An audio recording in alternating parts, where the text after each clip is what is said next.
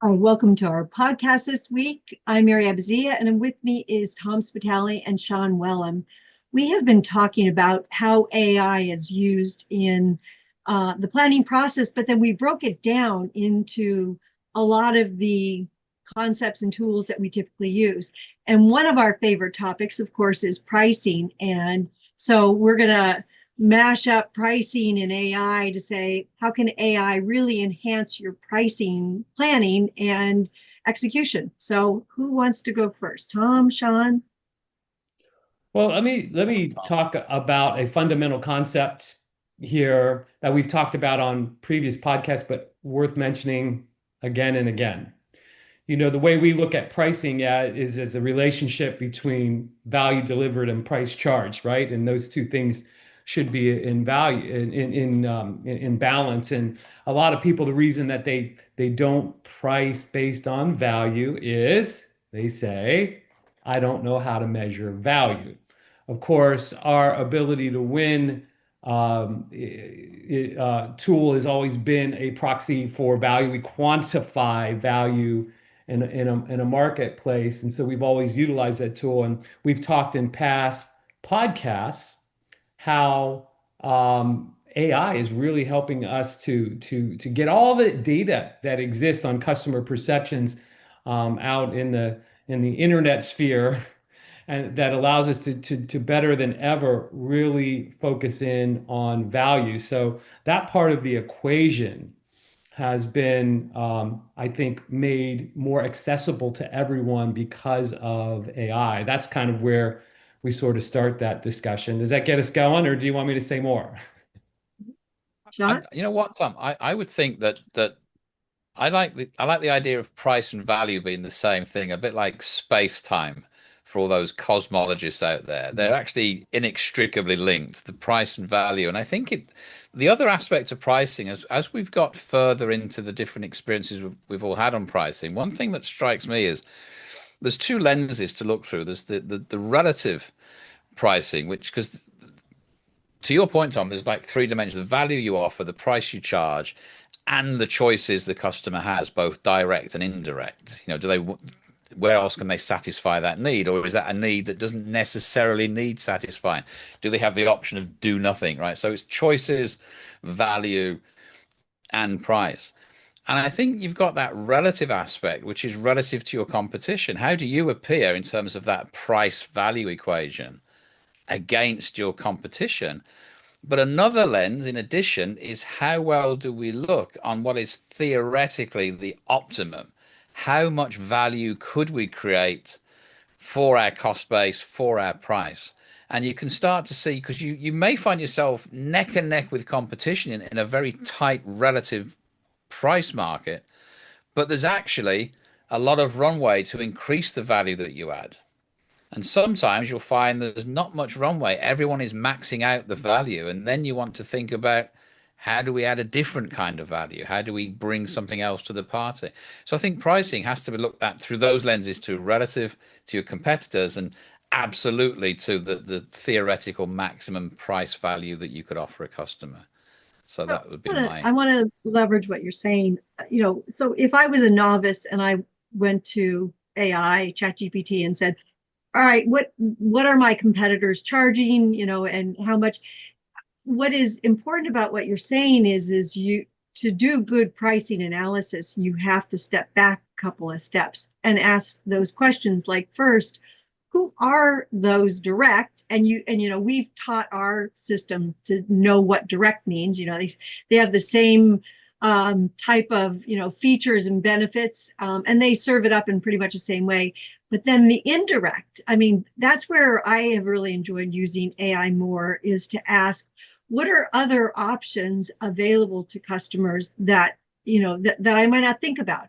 And so it serves up even more. So you're setting the table even better, because when you get to pricing, sometimes doing it myself is a much better option, and that doesn't usually cost much. So your pricing, perspective is a lot different. So that's where I think that there's more depth to how you can do a pricing analysis now too. Absolutely. And I think Yeah. also we have to build those value propositions around all those different things as well, because that's the other thing, right? Pricing is about understanding where you sit in that price value world. But execution is yeah, you can change prices. I mean, that's the hardest thing you'll do is to put a price up, and arguably the most dangerous thing you can do is bring the price down. It's easy, but it could be dangerous. Really, once you've established where you are, then it's about communication. Often it's about communicating that value in a way that resonates. So I think that's the other part. That pricing is just one of the interconnected stepping stones towards this marketing plan that AI can certainly help with, because it's on the journey towards the offer, I suppose, the complete offer. Hmm. Another thing that I'm discovering about using our tool, which is called the perceived value analysis, emphasis on the first word, perceived. We operate in a lot of kind of messy B2B markets where the offerings are quite complex sometimes, and it's really hard to discern really what is our price and really hard to discern what are competitors charging. And you can do a lot of research in AI and maybe do that better than you have in the past. But the idea is that you can use it to get the perceptions of your target segments of who is higher and lower price. Sometimes it's a valuable piece of information not to know exactly what a competitor is charging because maybe you can't get at that. But are they perceived as premium, or are they perceived as average? Are they perceived as the low cost player? Um, Whether that's true in reality or not almost doesn't matter. It matters what the customers think, because what they're doing is they're saying, well, your competitor is just slightly above average pricing, but they're giving me a lot more value. And that might not be true on the pricing side, but they might, they're saying, my perception is that they're giving me a lot of value for a slightly above average cost. You might be saying, wow, I know for a fact they charge a lot more than just above average, but it matters what customers think. And, AI, again, when you prompt it correctly, will allow you to determine, what is really the perception of our price and the competitor's price, and then you marry that with your ability to win score, and you have a lot of insight, as you guys are both saying, to go from there. Yeah, And I there's think another you aspect had that, just I'm gonna go. oh, sorry, So Tom, you're so polite. Tom, you had said target segments, and I just want to go on that point for a few seconds here. So the target segments, when you use AI and you can find those segments are interesting, but it's kind of a so what, unless you take it all the way through to pricing and look for opportunities to be able to change the price for those different segments, which means you're giving them different value propositions. So I give you a different value, I get a charge a different price. So all those pieces start coming together. If you can do a good job segmenting, understand their needs and the value propositions that you might, and you can simulate, oh, well, what if I give this segment this, everything, and I give this segment a stripped down version? What is that value prop, and then what is the price and value, or the value and the price that I can charge, even in a group that you think that they're all the same customers, but they aren't. They're different segments that appreciate different things. So I liked when you said target segment, and I think that being able to use pricing to do the target pricing is key too. Yeah. Sean.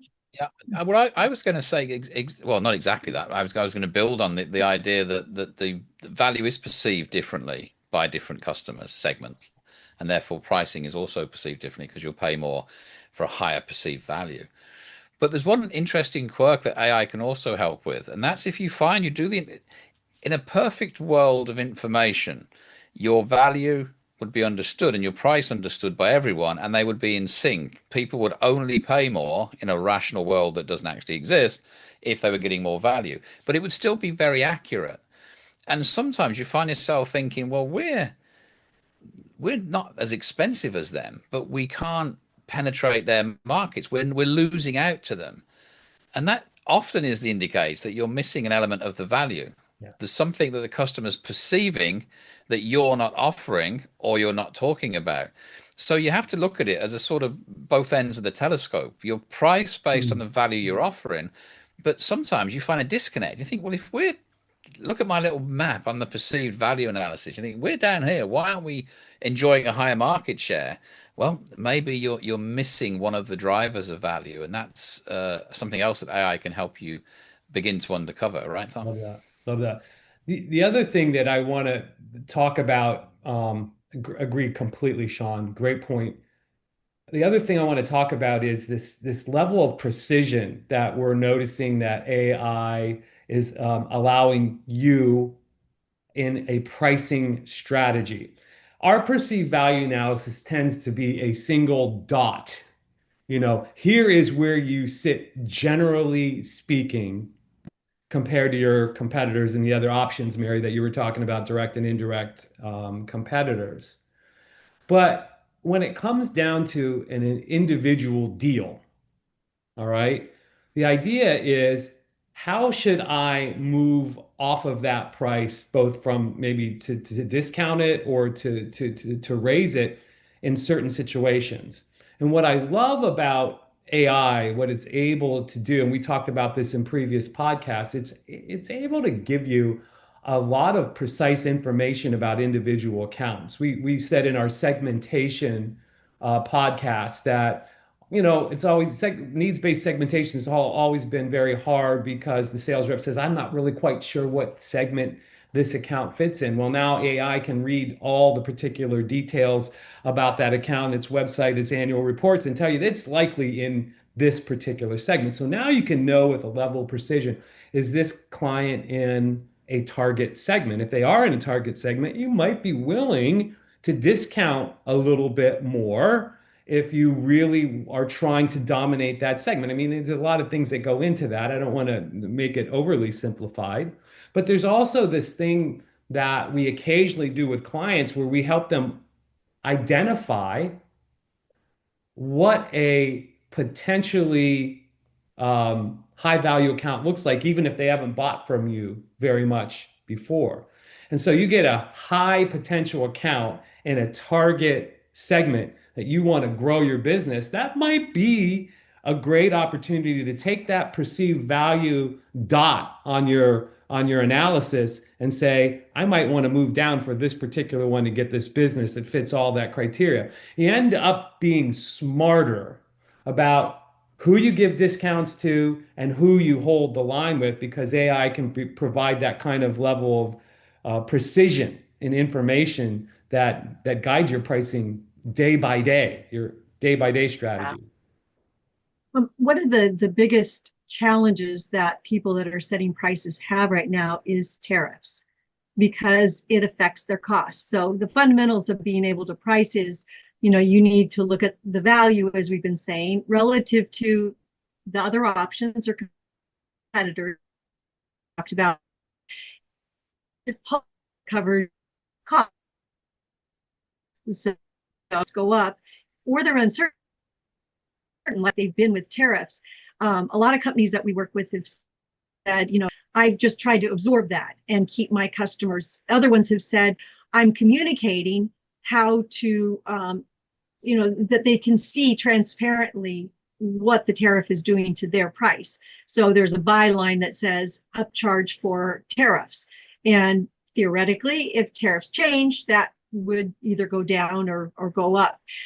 So you can use AI to help you kind of evaluate your options. My costs are going up, help me kind of brainstorm like a smart researcher. What are the options I have with these rising costs?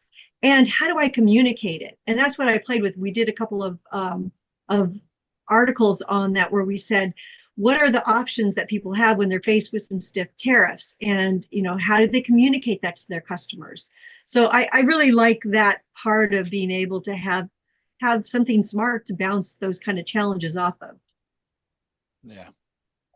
And, I guess as usual, what we will say is this, it's not just about asking AI what you should do.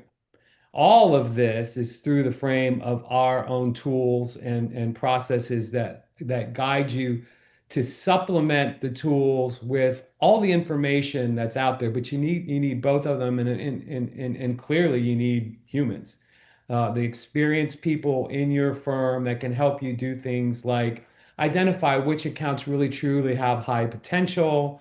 So you can decide whether you want to move off of the price that you're setting, and all those things. It's always humans plus tools plus AI, the equation that makes all of this make sense. But if you use all three of them, you can get to a level of pricing precision that you haven't been able to in the past, and it's quite exciting.